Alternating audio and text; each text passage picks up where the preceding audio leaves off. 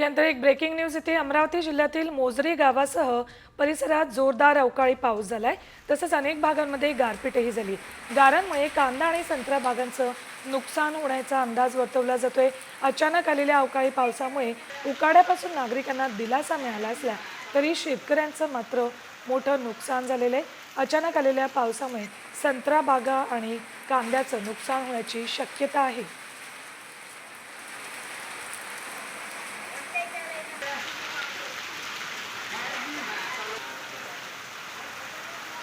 यानंतर एक breaking news इथे अमरावती जिल्ह्यातील मोजरी गावासह परिसरात जोरदार अवकाळी पाऊस झालाय। तसंच अनेक भागांमध्ये गारपीटही झाली। गारांमुळे कांदा आणि संत्रा बागांचं नुकसान होण्याचा अंदाज वर्तवला जातोय। अचानक आलेल्या अवकाळी पावसामुळे उकाड्यापासून नागरिकांना दिलासा मिळाला असला तरी शेतकऱ्यांचं मात्र मोठं नुकसान झालेलं आहे। अचानक आलेल्या पावसामुळे संत्रा बागा आणि कांद्याचं नुकसान होण्याची शक्यता आहे।